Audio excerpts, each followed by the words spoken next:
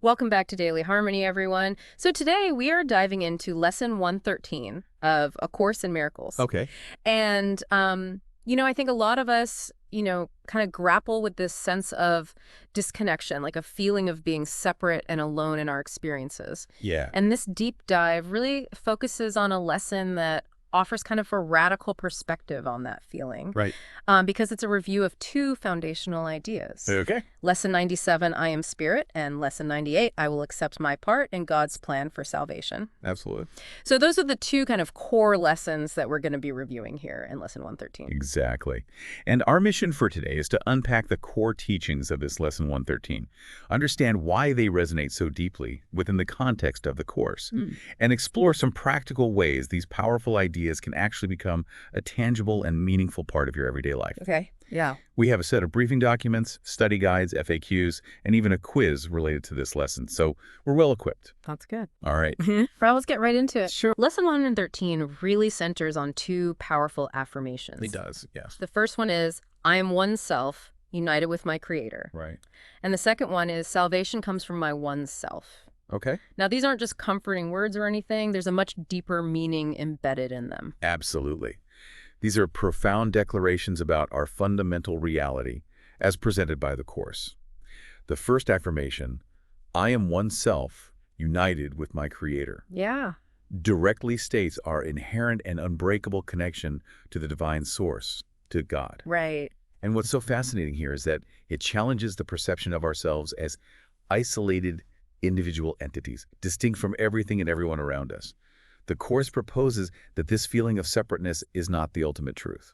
So when we affirm united with my Creator, it's not something we are aspiring to in the future, but a truth that's already present. Is that right? Precisely. The Course emphasizes that this unity is a present reality. It's not a destination we're striving to reach. It's the truth of our being that we simply need to recognize and awaken to.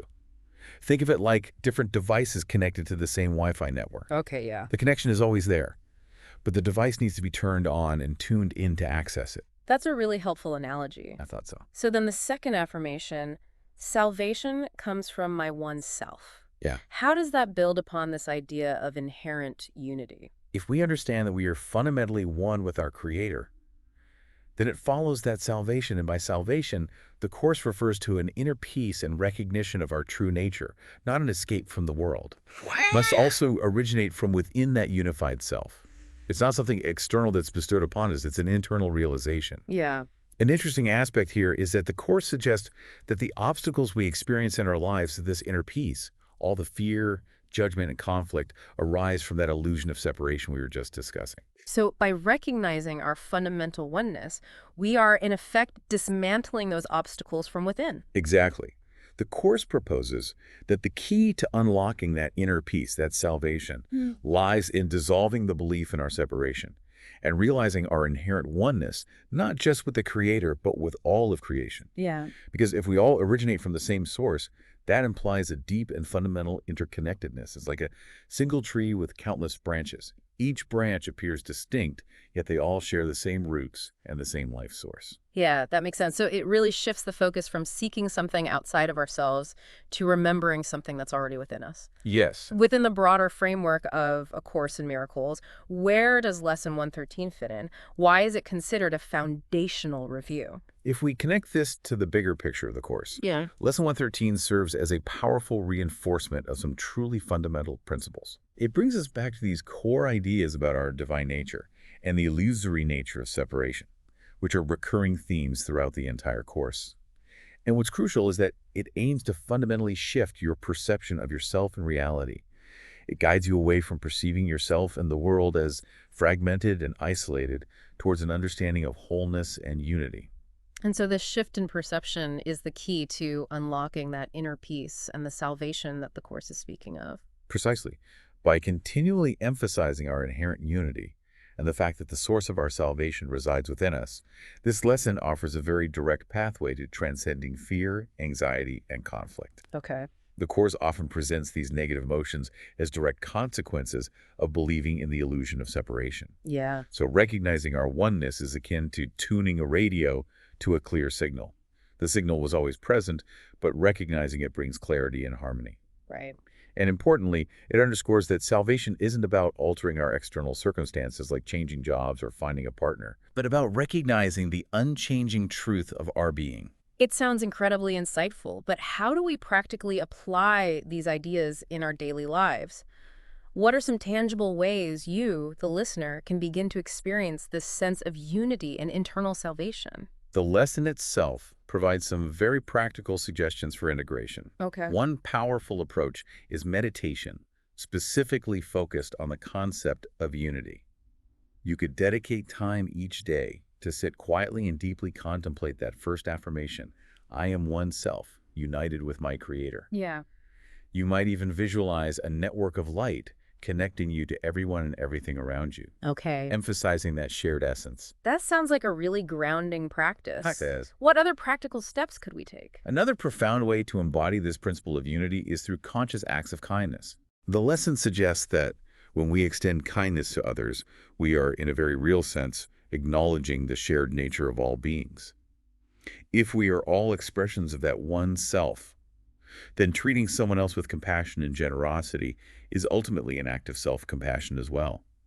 It's a tangible way to dismantle those perceived barriers of separation in our daily interactions. Yeah, that's a good point.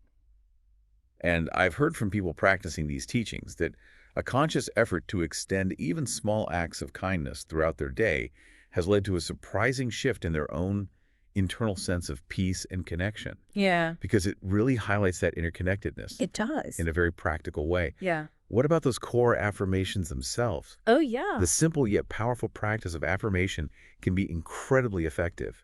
Repeatedly stating that second affirmation, salvation comes from my one self, can help to reprogram the mind and redirect our focus inward.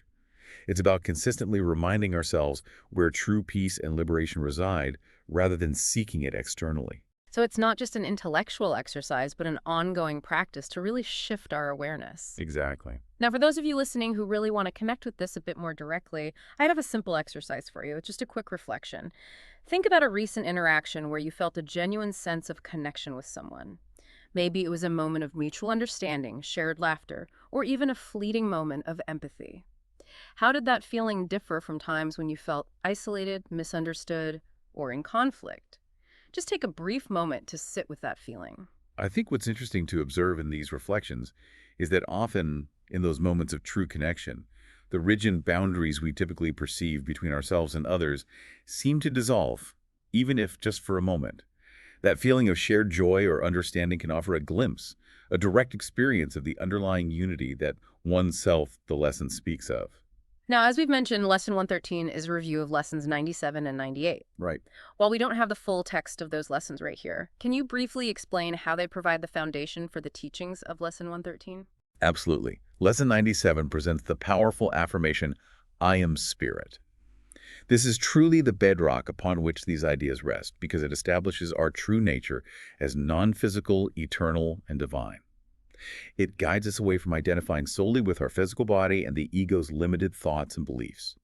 If our fundamental essence is spirit, then it is inherently connected to the divine source. Okay. Think of a radio wave. It's invisible, non-physical, yet it carries a real and impactful signal. Right. Similarly, the Course suggests our true essence as spirit is beyond our physical form, but profoundly real and connected. Yeah. Then Lesson 98, I will accept my part in God's plan for salvation, aligns perfectly with recognizing our unified self as the source of salvation. By accepting our role in God's plan, we are essentially accepting our true identity and our role in extending love and understanding, which are natural expressions of our unified nature. So, I am spirit establishes what we fundamentally are, and I will accept my part in God's plan for salvation is about consciously aligning with that true nature of unity and love. That's a very clear and insightful way to articulate it. One establishes our fundamental being, and the other encourages us to consciously align with the purpose of our true nature, which is rooted in love and oneness. Now, we've covered a lot today, and as we start to wrap up our deep dive into Lesson 113, I have one final reflection question for you, our listener. Okay. How might recognizing your inherent unity with the Creator and all beings practically shift the way you approach your interactions with others and navigate the challenges that arise in your life? Take some time after our conversation today to contemplate this question. It's a question that can unlock profound insights when you allow yourself the space for thoughtful consideration. Well, thank you so much for joining us for this deep dive into A Course in Miracles Lesson 113. We hope that this exploration has offered you some valuable perspectives on the concepts of unity and salvation. We encourage you to reflect on the ideas we've discussed today, and perhaps even revisit that simple reflection exercise we shared earlier. Remember, the journey of understanding is a deeply personal one, and each step you take towards recognizing our shared self brings you closer to that inner peace we all seek. Thank you for joining us today. Please like, share, and subscribe, and we'll see you tomorrow.